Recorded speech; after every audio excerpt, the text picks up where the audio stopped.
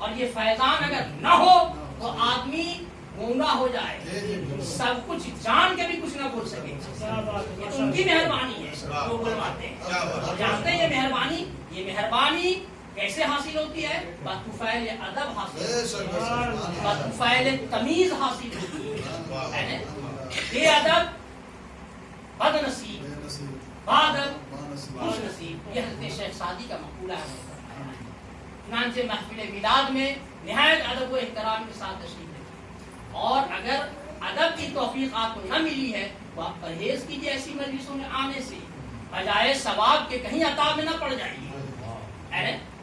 بہرحال تو میں عرض کروں کہ حضور فاضل بریلوی اعلی حضرت رحمت اللہ تعالی علیہ کی ذات کو لوگوں نے ٹھیک سے نہ پہچانا، نہ پہچانوانے والوں نے پہچانوایا. کیا صاحب توجہ رہے، اکثر گفتگو آپ سنتے ہوں گے مساجد میں، جلسوں میں، میلاد کی محافل میں، کہ اعلی حضرت نے وہابیت سے جنگ کی، بدعقیدیت کے خلاف انہوں نے محاذ کھولا، مورچہ لیا. پوری گفتگو یہیں تک محدود ہے، پوری کی پوری گفتگو. اور جو لکھنے والے لوگ ہیں ان کے لکھنے میں بھی کہیں نہ کہیں بس یہی موضوع ہے، یا پھر یہ کہ ان کی شاعری پہ گفتگو ہوتی.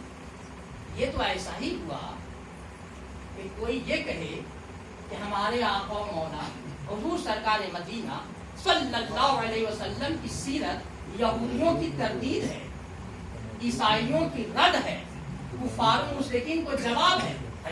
یہ تو سیرت طیبہ کا ایک پہلو ہے، ایک رخ ہے، مکمل سیرت نہیں ہے.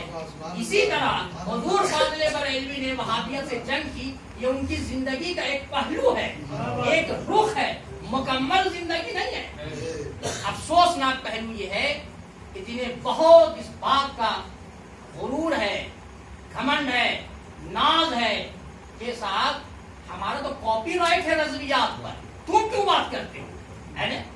انہیں کو معلوم نہیں ہے کہ احمد رضا کس کا نام ہے، احمد رضا کس صوفی کا نام ہے، احمد رضا کس ولی کا نام ہے، احمد رضا کس محدث کا نام ہے، احمد رضا کس مفسر کا نام ہے، احمد رضا کس مترجم کا نام ہے. ان کو خبر نہیں ہے، ان کو تو یہی خبر ہے کہ 14 سال میں فتویٰ دے دیا، یہی کمال ان کو معلوم ہے. کیا کہا جائے، بینائی آنکھ میں ہو تو سب سوچے، اور جس کو جو دیدہ کور ہو اس کو کیا نظر آئے. بس ایک مثال آپ کے سامنے رکھ رہے ہیں، بہت ذمہ داری کے ساتھ. ایک پڑھے لکھے آدمی یہاں موجود ہیں، اگر بات غلط ہو تو حافظ امتیاز صاحب کو پورا حق ہے کہ ہم کو رکما دے سکتے ہیں، کہ وہ مدرس ہے، مدرسے بچوں کو تعلیم دیتے ہیں، یہ فارغ التحصیل ہیں، اور ان کی نگاہ میں یہ بات ضرور ہوگی.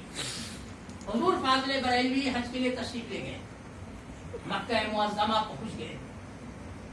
پہنچنے کے بعد ایک اعتراض ہوا کہ احمد رضا تم یہ جو کہتے ہو کہ حضور کو علم غیب ہے تو ثبوت کچھ رکھتے ہو، اس کا ثبوت کچھ رکھتے ہو؟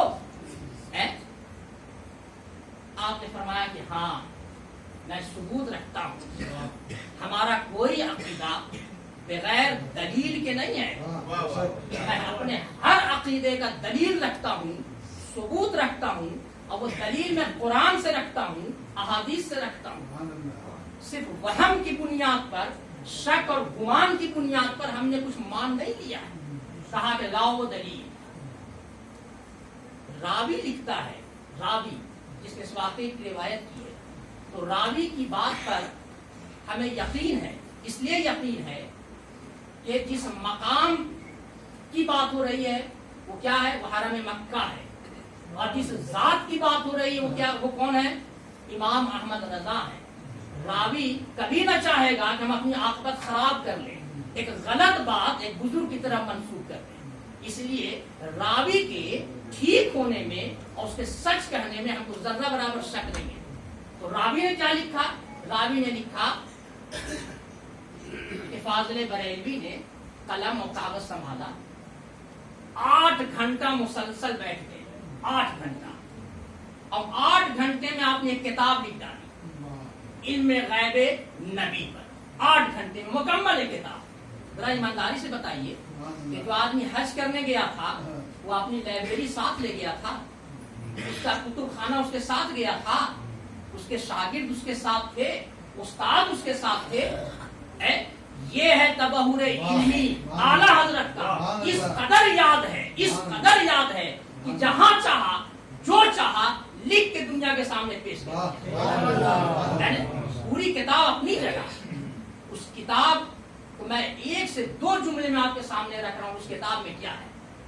آپ نے اس کتاب میں تمام بحث اپنی جگہ ہے، بس اس کتاب کو